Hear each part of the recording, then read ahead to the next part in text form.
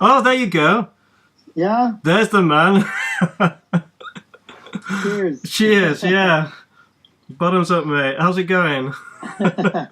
Good. I'm good. I'm just finished getting the kids out of the house and starting the day over here.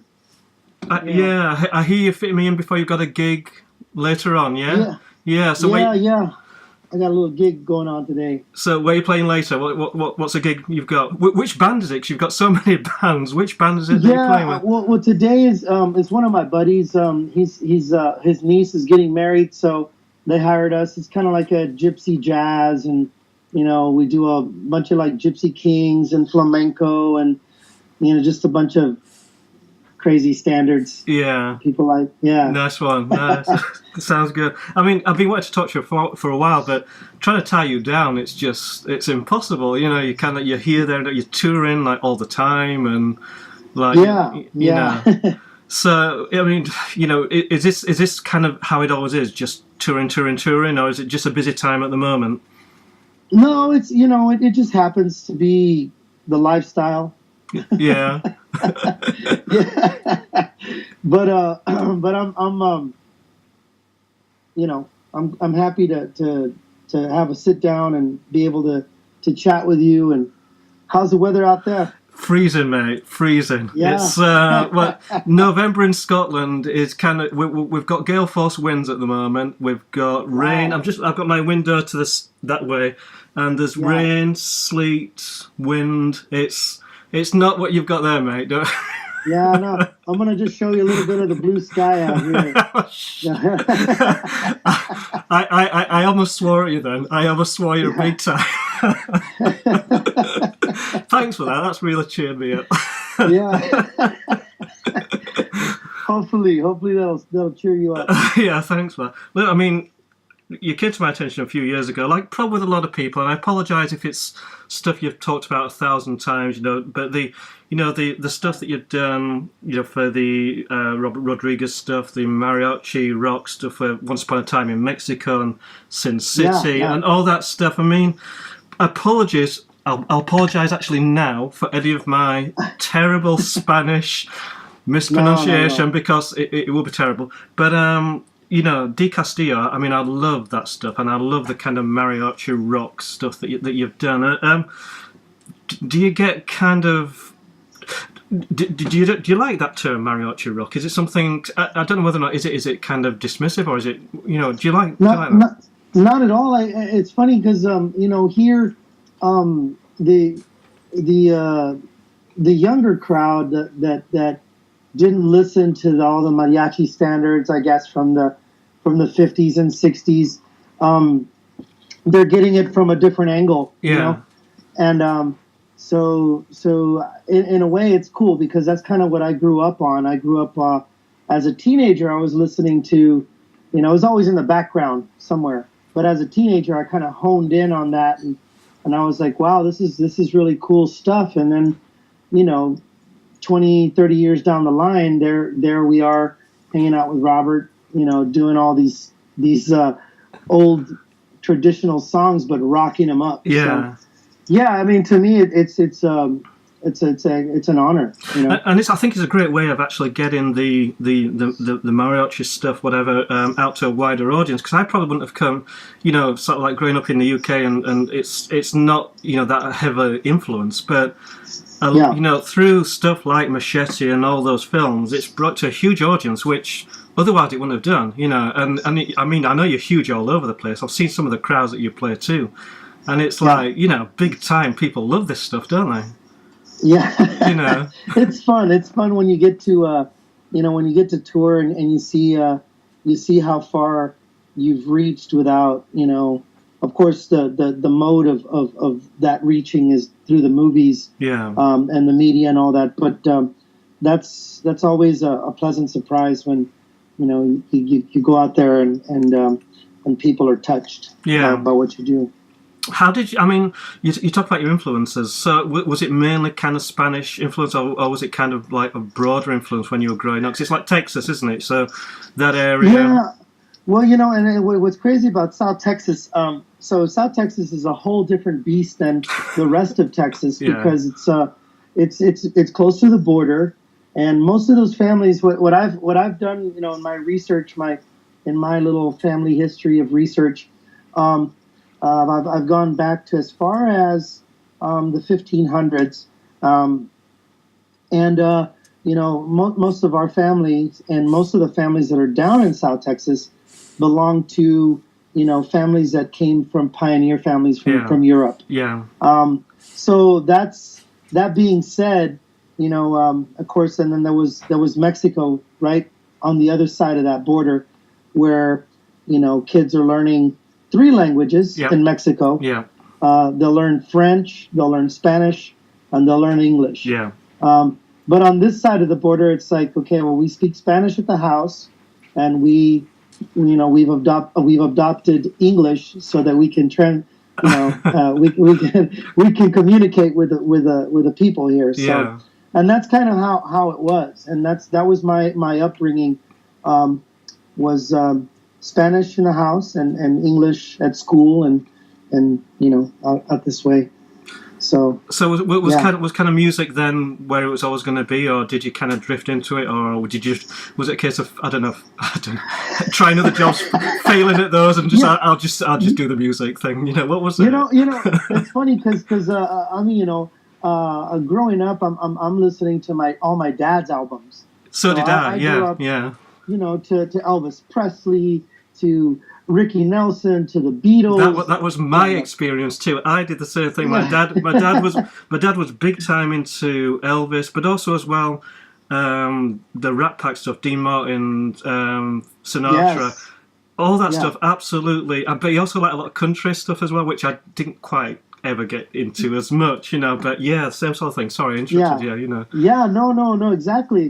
That's kind of what I think was my introduction to music, and being a little guy running around there singing songs with my dad, singing Beatles songs that I had no idea who the Beatles even were. It was just beautiful music to me that I was able to sing with my dad while I shined his shoes or whatever. That's a harsh childhood. Before you go to school, shine my shoes. Yeah, exactly. That's how he taught me how to sing. Let's shine Dad's shoes, So and then he'd go out for the night. But yeah. I think I saw did I see in an interview or read in an interview with you that you are a huge fan of John Lennon anyway. It's like somebody, of course, would you've loved to have worked with, obviously not going to, but I would love to, I would love to have worked with him, or even in this incarnation with Julian Lennon or Sean Lennon. I still follow them. I mean, I'm not a stalker or anything, but you know what I mean. I sometimes feel I am, the way I've been stalking you the last few weeks. So. Yeah, I actually bumped into Sean Lennon here at the Four Seasons a few years back. Yeah. And I just, I gave him his space. I just said hello, and that was it. Okay. I'm not one of those goes up to people and just like, can I take a picture with you? If we're in a formal setting, I'll shake somebody's hand. Yeah. And that's kind of who I am. I'm not into pictures and Yeah. But anyway, I definitely love John Lennon's writing. I guess I could feel his crazy mood swings because he was always on the edge of some kind of insanity.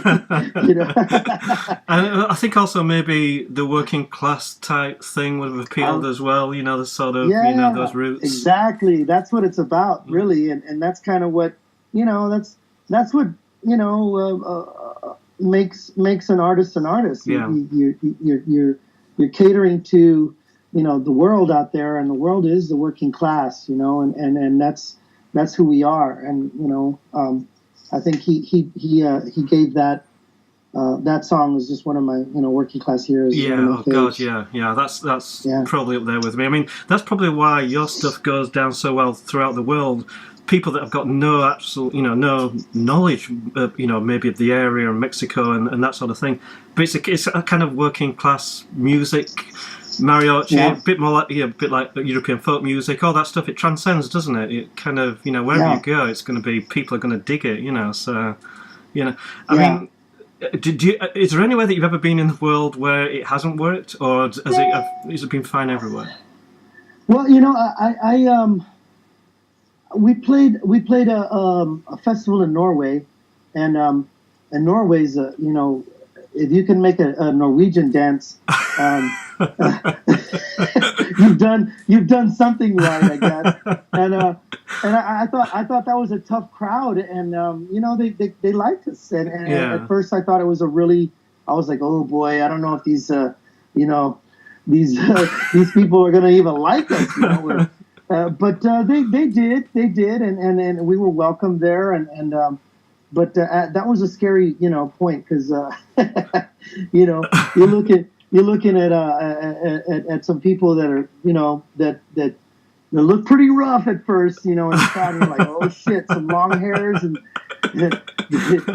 are they have clubs, are they gonna hit us over the head if we don't, so but yeah, we were moved by being able to move them. That's great. Yeah, that's cool. I mean, have you played in the UK before? Yeah, have you played in Scotland, or is it you've been over in the UK? Yeah, we did a Glasgow. We played a cultural festival there. It was Celtic Fest. Oh, the Celtic Connections thing. Yeah. Yes, and so we did that, and that was really awesome. I think we played with a few nights, but one of my favorite nights was being up all night. Because you guys are 6 hours ahead. Yeah. So some of the band members start to get cranky around midnight. And you don't want a cranky band member, do you? And I'm like, dude, just keep drinking the beer. It's good. So we're it's like 4 a.m, and we have to do a 45-minute set, and we go on, we do our set. And then afterwards, there was these kids that came on, and they'd been drinking all night as well, and they got up on stage, and it was a guitar player and 3 violins, and maybe a mandolin. Yeah. And they rocked my soul that night. It was just amazing. Right.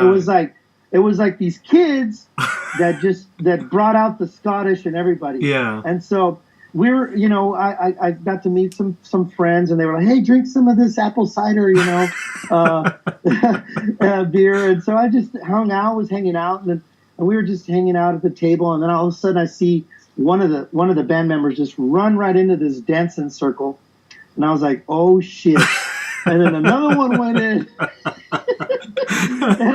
And so by the end of the night, we were all dancing, and it was like the Grateful Dead, reincarnated in these kids and these Scottish kids. Yeah. It just kept us dancing all night, and it was just one of my favorite moments, really, on tour. Oh, you've got to let me know if you're coming up to Scotland again. I'll come down and see you guys, because it's on my bucket list to see. I mean, definitely. How did you get involved with Robert Rodriguez then? Did he approach you, or because that would have been the mariachi Once Upon a Time in Mexico? Would that have been the first time that you would have met him, or around that time? Yeah. So what's crazy is so Robert was doing the trilogy, the last movie for the trilogy of Desperado, and Mariachi, and which is funny because we're actually celebrating it next month on December 2nd. I think it's going to be like 25 years of El Mariachi or something like that. Oh man, Jeez. Yeah. So they're going to show all 3 movies, and then we're going to play at the end. It's not 25 years, is it? Really? Oh my God. Yeah. Gee whiz. Okay, right. No doubt. So we're playing in Austin. Del Castillo is at the time, and it was about 2000 and possibly 2001 or 2002. The band had been out for at least 2 years, and we were doing our weekly run through the clubs downtown. And one of our mutual friends that works with Robert brought Robert to see us because Robert was looking for a local band in town that had the feel of Los Lobos. Okay, all right, yeah. So, and he just wanted someone local with a new flair to it, and so that's kind of where we came in. He came out to see us, and he's like, "Hey, I'm Robert." Then he talked to Rick Del Castillo and said, "Hey, I'd like to take some lessons, some guitar lessons, just kind of brush up on some of my skills." And then he called us into the studio, and next thing you know, we're watching the movie with us in the background. Wow, and that was pretty surreal. And how was his playing when he first came to you then, Mr. Rodriguez's playing? Was it? You can be honest. Tell me, was it all right? Well, he already knew the scales. I mean, he already knew guitar. He knew his scales, and he knew how to play guitar. It was just, I guess he was just wanting to sit with Rick and figure out if this was all going to work out. Yeah. Really, And it's worked out pretty good. I mean, it's been okay. Yeah, you've done all right with it. I mean, Sin City. Am I right in saying that you were in Sin City? You had about a role, small role, but you were. Yeah, we had a small role. You were you the guy holding the gun to Rosario Dawson's neck? Was that? Yeah, that was you. You son of a gun. Yeah. Oh man, how would I have trade places for that for a couple of minutes? And then you had the sword through the chest, and you're shot and something. So was that kind of something that you want to do? Was it kind of Robert saying, that was Robert's idea, like the whole time, like let's get you in one of these outfits that squirts blood out, and let's get you. There was a scene that I remember, they shot us, and I was just an extra in there, and then he goes, "Yay! You got shot by Robert Rodriguez." and then the whole sword thing happened, and with my other buddy there, and so then we just filmed whatever he wanted, So there was a chance we'd come back, or there was a chance we'd come back with bullets or something, bullet holes. Did you not get the bug then? Did it? I mean, have you done any other acting besides that, or appeared in any movies? Is it something that you kind of, that's it, want to do more of, or has it just never really happened? Oh yeah, I mean, I've dabbled in it here and there, but I mean, once you've been on a big show like Robert's, everything else is like, unless it's like big Hollywood stuff, you don't really want to be on it, So I've done a few little things here and there, but it's not up to the standards of Sin City, or what I mean. I mean, you've been involved in one or the other with some big. I mean, Kill Bill 2. Tarantino. Yeah. I mean, oh god, I watched Kill Bill 1 and then 2 back to back just a couple of weeks ago. It was one of those things. I thought I was in the mood for it, and I went for it. And were you a fan of Tarantino before you did? Did he approach you again, or was it something? How did that work out to be included for Tarantino? So Robert and Quentin Tarantino are like best of friends. Yeah. So that was a no-brainer, really, because it was just like Robert introduced his band and the music that he performed, and Tarantino was like, wow, he just fell in love with a Malagueña Salerosa. Oh, you say that much better than I was going to. I was about to say that. They say that much better than me. Thank you for saving me from trying to pronounce April. So yeah, he fell in love with it, and he just said, well, I'm going to go ahead and do the whole back end of the movie where, where Uma Thurman, gets the kiddo again and kills David Carradine and, kills Bill. And she rides off into the sunset type thing, and that'll be the end credits. So that song will roll through. And so we were just like, wow, yeah, honored, Yeah. amazing. And it worked, didn't points. it? I mean, it was right. Yeah. It really. So you'd recorded that before, because I know it's an old song, isn't it? Is it an old mariachi standard? Yeah, actually, I it comes. I think it's dated back to like the mid 1800s. Okay, all right, okay. Yeah. So it's been done by hundreds of people, and but but you've done exactly. What was that? Go on, sorry. So you perform. That's one of your standards that you perform live then with Castillo, yeah? Yeah, and so actually it was Robert who brought it to the table. But most recently, I wanted to say, just for the younger audience, there's a band called Seven Dust, and they just re-released Malagueña Salerosa, precisely note per note to what Chingon does. Right. Okay. Yeah. And which is great because it's a whole new audience. Okay. It's a whole new audience. I do wonder sometimes. I mean, I'm not a musician, but I am a fan of music. I must admit, if I hear a cover version, I like it to be different. And that's what I like about your music. If you're covering a standard, it's different. If anybody covers like a Beatles song or anything, if it's done different, I'm not a great fan of people that will cover something note for note. I must admit, it's not. Yeah, why would you do it? Do something different. That's what I think, anyway. Sorry, Yeah. Have you ever thought of doing like a cover? I mean, I know that you did a recent album. I think it's recent. The which I thought was a really interesting concept. I wouldn't have expected it. The Italian sort of cover of the Italian 60s and 70s or 70s and 80s songs, which I thought was a really weird but great idea. Especially, I mean, oh my God, the version that you did of the Godfather. Wow, just how did that come around then? So back in the early days when Del Castillo was still working the craft out here in Austin, I learned the Godfather song, Nino Rota's song, and I just said, wow, one of these days I'd love to do this live.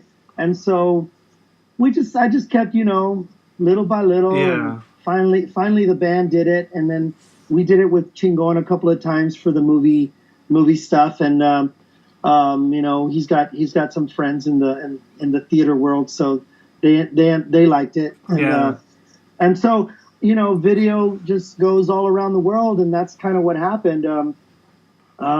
This producer out of Milan, Paolo Pagetti, he just loved that we hit a traditional song, and so I guess kind of like going back to the theme of the songs that we grew up to, because of our parents. He did the same thing. He said, "Hey man, I'd love to have Rick Del Castillo play the guitar and rearrange all these old Italian 50s, 60s, and 70s, possibly standard Italian songs, and do them in your version with a spaghetti western feel." And so that's kind of what we did. Yeah. The album's still not released yet, but I've been listening to it for about a year now. I caught you do something online, which is the Godfather thing. Would you say no to this if you want to say no? It's absolutely fine. Yeah. Would you be able to give me a quick rendition now of the Godfather bit? Is the voice all right to do that now? Or? Oh yeah, of course. I've been doing my it's funny because I'm drinking a Dr. Stewart's tea for my throat. I had no idea. Okay. So it's parla più piano e nessuno sentirà. Il nostro amore lo viviamo io e te. Nessuno sa la verità, meno il cielo che ci guarda da lassù. Insegnate, io resterò, amore mio, sempre così. Parla più piano e vieni più vicino a me. Voglio sentire gli occhi miei dentro di te. Nessuno sa la verità, un grande amore mai più grande esisterà. Oh man, that's so cool. So cool. I might just keep that for myself. Yeah, right. Oh man, that's so good. So when's it going to be released then? When's the album going to be? Do you know? I'm hoping maybe 2018, which is right Okay. around the corner. Yeah. Is 2018 already nailed down for things like touring and everything else? And do you work that far ahead? Well, just waiting on a few things, but yeah, we've got a new Chingon album that should have been released this year, but we're just waiting on the band, and then once that happens, hopefully something will come about it, and then of course the Italian album, Yeah. Costello Rockero, and we'll be hearing something hopefully by springtime. Yeah. how it is, the winter comes through, and then after that. We'll get some Yeah. we'll get some tour dates out. How have things changed? Because obviously you've been recording and you've been in the music business for a while. With like online streaming and everything else, I'm assuming that the industry is completely changed in terms of where the money comes from, and do I assume you make more money now from things like touring rather than record CDs and that sort of thing? How's it work now? Yeah, I mean, you have to tour your ass off, that's for sure. Yeah. And in order to do anything, nowadays, it went back to the 70s model where people were touring all the time, and I'd love to do that again, where it's just like nonstop, Yeah. Nonstop touring, and that's how you sell your merch, and then it'd be amazing. Yeah. But we'll see how it goes. Yeah, a lot of things have changed while we've been in the industry. It's just the old dinosaur format. There might still be a few of those around, but it really depends on how how you're funded and Yeah. how well you're funded and Yeah. the connections that you have and all that. So is it more difficult than now to record now, or is it easier to to get that sort of stuff done? Yeah, I mean, it's easy to record because everyone has a recording studio on their laptop Yeah, nowadays. exactly, yeah. Yeah. So, but we still do our big recording studio because it's easier to to separate tracks and get the best performances and stuff like that. You can't be as precise, I guess, with GarageBand as you can with Pro Tools and that kind of stuff. So yeah. So what ambitions have you got? What things that you really desperately want to do that you think are achievable? What is on your bucket list still to do as an artist? Yeah, it's funny, a bucket list because we're a dying breed, Stuart. A dying breed. You got a bit. There's a life in the old dog yet, mate. Don't worry, you're fine. You're all right. Yeah, I think if we could tour again through Europe, if we could, if Chingon could ever do a world tour, that would be amazing. Yeah. Because I know that would be well received. Yeah, everywhere. It would. Yeah.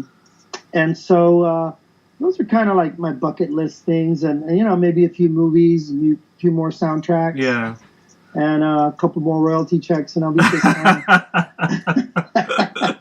Yeah, the royalty checks. Oh, they never hurt, do they? They never hurt. Right. Yeah. So you've got the gig today, and then is that the weekend? Rest is yours, or is it kind of just more gigs later in the week? What's the next few days? Yeah, I just I just do my little gigs here and there. I'm just working on a few projects and still honing in on some new songs, and I'm just trying to constantly do something that propels constant motion. Yeah. I mean, I know this can be very cheeky as well, but if I know it doesn't do this sort of thing, and it probably it'll probably never happen. But if you ever say to Robert Rodriguez, "There's this guy over in Scotland that would really like to talk to you," Just give me my details. I'd love to speak Of to him. course, But he of does. I course. know he does nothing. He's kind of very. He's a very private person. I kind of know that. But just say, look, there's this guy over in Scotland. He's probably the best I've ever spoke to. Speak to him, and I'll buy you a beer for it as well when you're over here. You got it, bro. All right, mate. Listen, honest to God, thank you for your time. I've been wanting to speak to you for months now since we were put in touch, and you come across. You're a really sort of genuine person, and I really do respect the time that you're fitting me in today with everything that we've had to do. Keep doing what you're doing because the music's great. Genuinely love your music. I genuinely do. Thank you. Just keep on, man, and let's speak again. And when you are over in Scotland, we'll dive into that pit together, mate, and I'll buy you a couple of beers as well. All right. That sounds great, Stuart. All right. Keep rocking the free will, brother. You Peace, too, man. brother. Yeah, have a great gig tonight, man. All right, you take care.